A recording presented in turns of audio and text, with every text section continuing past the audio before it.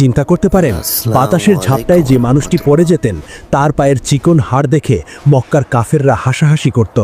অথচ নবীজি সাল্লাল্লাহু আলাইহি ওয়াসাল্লাম কসম খেয়ে বলেছিলেন, কিয়ামতের মাঠে এই চিকন পায়ের ওজন হবে উহুদ পাহাড়ের চেয়েও বেশি। তিনিই সেই ব্যক্তি যার তেলাওয়াত শুনে নবীজির দু চোখ দিয়ে অঝরে পানি পড়ত, যাকে কাফেররা মেরে হাড় গোড় ভেঙে দিয়েছিল, তবুও তার মুখ থেকে কোরআন থামানো যায়নি। কে ছিলেন এই জাদুকরী ইমানের অধিকারী? সামান্য রাখাল থেকে কিভাবে তিনি হয়ে উঠলেন জান্নাতের সর্দার? চলুন ঘটনার গভীরে যাই। নবুয়তের একদম শুরুর দিকের কথা। মক্কার মানুষ তখনও জানে না যে তাদের মাঝে শেষ নবী চলে এসেছেন। মক্কার অদূরে তপ্ত মরুভূমির এক নির্জন প্রান্তরে এক কিশোর ছেলে ছাগল চড়াচ্ছিল। ছেলেটির নাম আব্দুল্লাহ ইবনে মাসুদ। যদিও সে বয়সে কিশোর, কিন্তু অভাব আর কষ্টের কারণে তাকে অনেক আগেই বড় হয়ে যেতে হয়েছে। মক্কার এক প্রভাবশালী নেতা উকবা ইবনে আবি মুয়াইতের ছাগল চড়ানোই ছিল তার কাজ। সকাল থেকে সন্ধ্যা পর্যন্ত সে রোদে পুড়ে ছাগল চড়াতো আর বিনিময়ে সামান্য কিছু পারিশ্রমিক পেত। আব্দুল্লাহ ইবনে মাসুদ ছিলেন অত্যন্ত আমানতদার। তিনি অন্যের সম্পদ নিজের জানের চেয়েও বেশি রক্ষা করতেন। তিনি সমাজ থেকে দূরে থাকতেন, তাই মক্কায় নতুন কি ঘটছে তা তিনি খুব একটা জানতেন না। একদিন দুপুরের ঘটনা। সূর্য তখন মাথার উপর, মরুভূমির বালি আগুনের মতো গরম হয়ে আছে। আব্দুল্লাহ ইবনে মাসুদ একটা পাথরের ছায়ায় বসে বিশ্রাম নিচ্ছিলেন আর দূর থেকে তার ছাগলগুলোর উপর নজর রাখছিলেন। হঠাৎ তিনি দেখলেন মক্কার দিক থেকে দুইজন ক্লান্ত শ্রান্ত মানুষ তার দিকেই হেঁটে আসছেন। কাছে আসার পর আব্দুল্লাহ দেখলেন তাদের চেহারা থেকে নূর বা আলো ঠিকরে বের হচ্ছে। যদিও তাদের পোশাকে ধুলোবালি, ঠোঁট শুকিয়ে কাঠ হয়ে গেছে এবং তৃষ্ণায় তারা খুব কষ্ট পাচ্ছেন। এই দুইজন ব্যক্তি ছিলেন আমাদের প্রিয় নবী হজরত মুহাম্মদ সাল্লাল্লাহু আলাইহি ওয়াসাল্লাম এবং তার সবচেয়ে কাছের বন্ধু হজরত আবু বকর সিদ্দিক রাদিয়াল্লাহু। কাফেরদের অত্যাচারে বা কোনো প্রয়োজনে তারা মক্কা থেকে একটু দূরে বেরিয়েছিলেন। নবীজি সাল্লাল্লাহু আলাইহি ওয়াসাল্লাম এবং আবু বকর সেই কিশোর রাখালের কাছে এসে দাঁড়ালেন। তারা সালাম দিলেন। এরপর আবু বকর জিজ্ঞেস করলেন, হে কিশোর, আমাদের খুব পিপাসা পেয়েছে, আমাদের গলা শুকিয়ে গেছে, তোমার এই ছাগলগুলো থেকে কি আমাদের একটু দুধ পান করাতে পারবে? এতে আমাদের প্রাণটা জুড়াবে। সাধারণত যে কেউ হলে মক্কার সম্ভ্রান্ত লোকদের দেখে খুশি হয়ে দুধ দিয়ে দিত, কিন্তু আব্দুল্লাহ ইবনে মাসুদ ছিলেন অন্য ধাতুতে পড়া। তিনি খুব বিনয়ের সাথে কিন্তু দৃঢ়ভাবে উত্তর দিলেন, আমাকে ক্ষমা করবেন, আমি আপনাদের দুধ দিতে পারবো না, কারণ এই ছাগলগুলো আমার নিজের নয়। আমি এখানে মাত্র একজন আমানতদার বা রক্ষক। মালিকের অনুমতি ছাড়া এর এক ফোঁটা দুধও আমি কাউকে দিতে পারি না। এটা আমানতের খেয়ানত হবে। চিন্তা করুন, মরুভূমির মাঝখানে দুজন তৃষ্ণার্ত মানুষ, কেউ দেখার নেই, মালিকও নেই। চাইলেই তিনি দুধ দিতে পারতেন, কিন্তু কিশোর আব্দুল্লাহর এই সততা দেখে নবীজি এবং আবু বকর মুগ্ধ হয়ে গেলেন। নবীজি বুঝলেন এই ছেলেটি সাধারণ কেউ নয়, এর ভেতরে সত্য গ্রহণের যোগ্যতা আছে। নবীজি তখন মুচকি হাসলেন। তিনি আব্দুল্লাহর সততায় খুশি হয়ে বললেন, ঠিক আছে, তোমাকে আমানত ভাঙতে হবে না।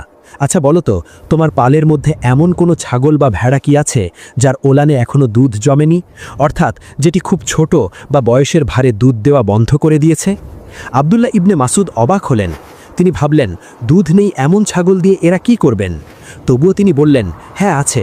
ওই যে দূরে একটা ছোট মাদি ছাগল দেখছেন, ওটা এখনও বাচ্চা দেয়নি, তাই ওটার ওলানে কোনো দুধ নেই, ওটা একদম শুকনো। নবীজি বললেন, ওটাকে আমার কাছে নিয়ে এসো। আব্দুল্লাহ ইবনে মাসুদ কৌতূহল নিয়ে সেই শুকনো ছাগলটিকে ধরে নবীজির সামনে নিয়ে সবাই বেশি বেশি করে শেয়ার করে দেন। স্পর্শে সেই শুকনো ওলানটি চোখের নিমেষে ফুলে উঠল এবং দুধে টলমল করতে লাগল। মনে হলো এটি যেন সদ্য বাচ্চা দেওয়া কোনো সুস্থ সবল ছাগল। নবীজি হজরত আবু বকরকে বললেন একটি পাথর বা পাত্র আনতে। আবু বকর একটি গর্তযুক্ত পাথর নিয়ে এলেন। নবীজি সেই পাথরটি পূর্ণ করে দুধ দহন করলেন। প্রথমে তিনি আবু বকরকে পান করালেন, তারপর তিনি নিজে পান করলেন এবং শেষে অবাক হয়ে তাকিয়ে থাকা সেই কিশোর আব্দুল্লাহ ইবনে মাসুদকেও সেই সুস্বাদু দুধ পান করালেন।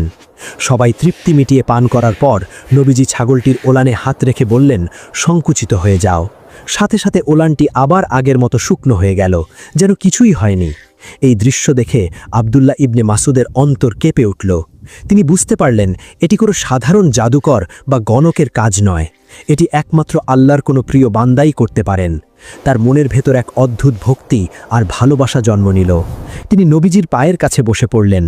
তিনি নবীজির হাত ধরে আবেগী কণ্ঠে বললেন, হে মহান ব্যক্তি, আপনি যেই দোয়া পড়ে বা যেই কথা বলে এই অলৌকিক কাজ করলেন, আমাকে সেই কথাগুলো শিখিয়ে দিন। আমি এই সুন্দর কথাগুলো শিখতে চাই। নবীজি তার মাথায় হাত বুলিয়ে দিলেন। তিনি পরম মমতায় বললেন, তুমি তো এক বুদ্ধিমান এবং শিক্ষিত বালক, তোমাকে আল্লাহ ইলম দান করবেন। সেদিনই সেই মরুভূমির তপ্ত বালুর উপর দাঁড়িয়ে কিশোর আব্দুল্লাহ ইবনে মাসুদ ইসলাম গ্রহণ করলেন। তিনি সাক্ষ্য দিলেন, আল্লাহ ছাড়া কোনো মাবুদ নেই এবং মোহাম্মদ আল্লাহর রাসূল। তিনি হলেন ইসলাম গ্রহণকারী প্রথম দিকের মুষ্টিমেয় কয়েকজনের একজন। ইসলাম গ্রহণের পর আব্দুল্লাহ ইবনে মাসুদের জীবন পুরোপুরি বদলে গেল। তিনি ছাগল চড়ানো ছেড়ে দিলেন। তিনি সিদ্ধান্ত নিলেন, আমি আর ছাগল চড়াবো না। আজ থেকে আমি সর্বকালের শ্রেষ্ঠ মানুষ, আল্লাহর নবীর খেদমত করব। আমি তার ছায়ার মতো পাশে থাকব। তিনি নবীজির খাদেম হয়ে গেলেন। নবীজি যখন হাঁটতেন, আব্দুল্লাহ ইবনে মাসুদ তার জুতো মোবারক বহন করতেন। নবীজি যখন গোসল করতেন, তিনি পর্দা ধরে রাখতেন। নবীজি যখন ঘুমাতেন, তিনি তাকে জাগিয়ে দিতেন। সাহাবীরা তাকে ডাকতেন সাহিব উন নালাইন বা জুতোর বাহক বলে। তিনি নবীজির এত কাছে থাকতেন যে বাইরের লোকেরা মনে করত তিনি বুঝি নবীজির পরিবারেরই সদস্য। কিন্তু এই দুর্বল শরীরের মানুষটি একদিন এমন এক কাজ করার সিদ্ধান্ত নিলেন যা বড় বড় বীর সাহাবীরাও তখনও করার সাহস পাননি। একদিন সাহাবীরা গোপনে বসে আলোচনা করছিলেন, হায়, মক্কার কাফেররা তো এখনও কোরআনের আওয়াজ শোনেনি। তারা জানেই না যে কোরআন কত সুন্দর। আমাদের মধ্যে এমন কে আছে যে আগামীকাল সকালে কাবার চত্বরে গিয়ে আবু জাহেল আর তার সাঙ্গপাঙ্গদের সামনে দাঁড়িয়ে উচ্চস্বরে কোরআন তেলাওয়াত করবে? সবাই চুপ হয়ে গেলেন, কারণ কাজটা ছিল নিশ্চিত মৃত্যুর মুখে ঝাঁপিয়ে দেওয়ার মতো। মক্কার কাফেররা কাউকে কোরআন পড়তে দেখলেই মেরে হাড় গোড় ভেঙে দিত। ঠিক সেই মুহূর্তে সেই রোগা পাতলা চিকন পায়ের মানুষটি আব্দুল্লাহ ইবনে মাসুদ রাদিয়াল্লাহু দাঁড়িয়ে গেলেন। তিনি দৃঢ় কণ্ঠে বললেন, আমি শোনাবো ওদের কোরআন। সাহাবীরা তাকে বারণ করলেন। তারা বললেন, আব্দুল্লাহ, তুমি খুব দুর্বল, তোমার কোনো বড় বংশ নেই যারা তোমাকে রক্ষা করবে, ওরা তোমাকে মেরে ফেলবে। তখন এই দুর্বল শরীরের মানুষটি এক অদ্ভুত হাসি মাখা মুখে উত্তর দিলেন। তিনি বললেন, আপনারা আমার শরীরের দুর্বলতা নিয়ে ভয় পাচ্ছেন, কিন্তু আমার সাথে তো আল্লাহ আছেন। আল্লাহই আমাকে ওদের হাত থেকে রক্ষা করবেন। আমাকে যেতে দিন। তার ঈমানের জোর দেখে সাহাবীরা আর বাধা দিতে পারলেন না। পরের দিন সকাল, মক্কার আকাশ পরিষ্কার, সূর্য কেবল উঠতে শুরু করেছে। কাবার চত্বরে তখন মক্কার বড় বড় সর্দাররা গোল হয়ে বসে আছে। আবু জাহেল, উতবা, সাইবা, উমাইয়া বিন খালাফ, ইসলামের সব বড় বড় শত্রুরা সেখানে উপস্থিত। তারা নিজেদের মধ্যে হাসি ঠাট্টা করছে, গল্প করছে। তারা ভাবতেও পারেনি যে আজ তাদের আসরে এমন কেউ আসবে যে তাদের কলিজায় কাঁপন ধরিয়ে দেবে। সূর্য যখন একটু উপরে উঠল, তখন মাকামে ইব্রাহিমের সামনে এসে দাঁড়ালেন সেই শীর্ণকায় রোগা পাতলা মানুষটি আব্দুল্লাহ ইবনে মাসুদ রাদিয়াল্লাহু। তার পরনে সাধারণ কাপড়, কিন্তু চোখে মুখে এক অসাধারণ দীপ্তি। তিনি বুক ভরে শ্বাস নিলেন। তারপর মক্কার সেই পিনপতন নীরবতাকে ভেঙে প্রথমবারের মতো প্রকাশ্যে উচ্চস্বরে আল্লাহর কালাম তেলাওয়াত শুরু করলেন। তিনি চাইলেন সবচেয়ে সুন্দর এবং দয়াময় সূরাটি তাদের শোনাতে। তিনি শুরু করলেন, বিসমিল্লাহির রহমানির রহিম, আর রহমান আল্লামাল কুরআন, খালাকাল ইনসান, আল্লামাহুল বায়ান। পরম করুণাময় আল্লাহ, তিনি শিক্ষা দিয়েছেন কোরআন, তিনি সৃষ্টি করেছেন মানুষ, তিনি তাকে শিখিয়েছেন ভাব প্রকাশ করতে। সবাই লাইক কমেন্ট করে শেয়ার করে দিন। আগুন জ্বলে উঠল। তারা তাদের আড্ডা ছেড়ে লাফিয়ে উঠল। আবু জাহেল আর তার সাঙ্গপাঙ্গরা পাগলের মতো ছুটে এলো আব্দুল্লাহ ইবনে মাসুদের কাছে। তারা বলল, থাম, এক্ষুনি থাম, তোর এত বড় সাহস, আমাদের সামনে দাঁড়িয়ে আমাদের দেবতাদের অপমান করিস?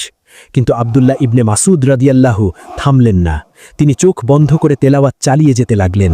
তার চারপাশে